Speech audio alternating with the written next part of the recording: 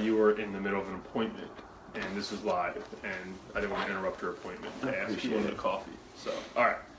Mark, are we up and going? Yes. Yes, okay, perfect. Hello. Hi again.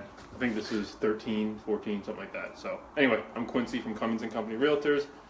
John Wald, Primary Residential Mortgage. John's back. You were on vacation, sabbatical. I took a vacation, which is important for your life. So Must be nice. yeah, what are you doing next weekend? Going to Mexico? It's a work training event. Yeah. Yeah. Anyway, all right. So we are going to talk about two things today. We are going to talk about the recent hike in interest rates by the Feds and how that affects your mortgage rates, and we're also going to couple that with just talking about preparing to buy a house, going over sort of like checklist. This spring has come early. Obviously, I know there's snow on the ground now, but before that there was not, and it's come a little early, and it's kind of hectic out there if you haven't noticed. So what are you laughing at?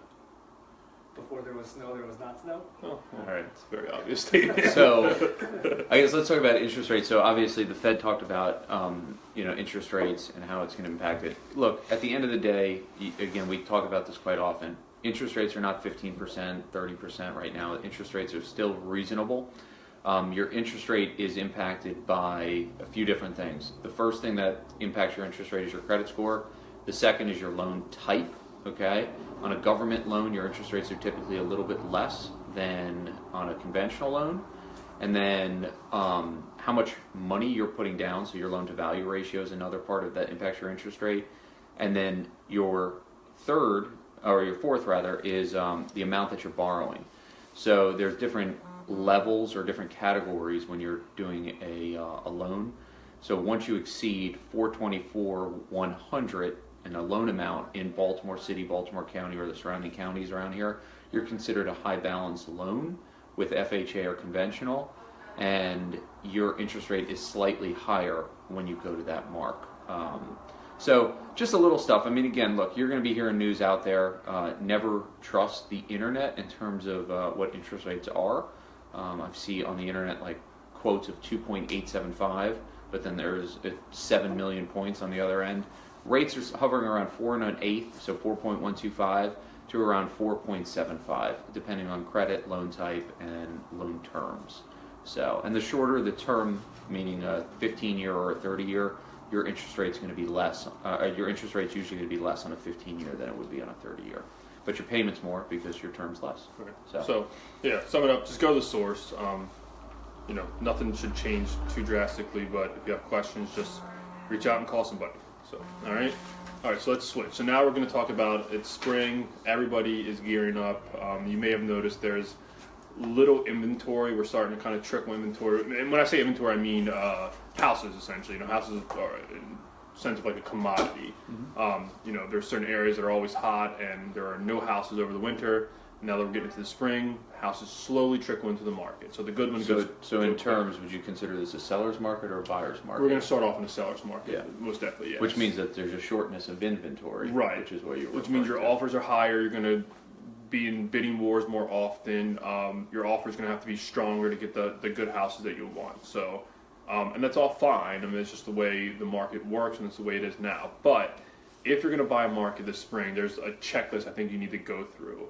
And the first, you start with your finances, right? So it's also tax season. Yep. So, John, as a lender, give some advice. Like, what do you do with that tax return you just got?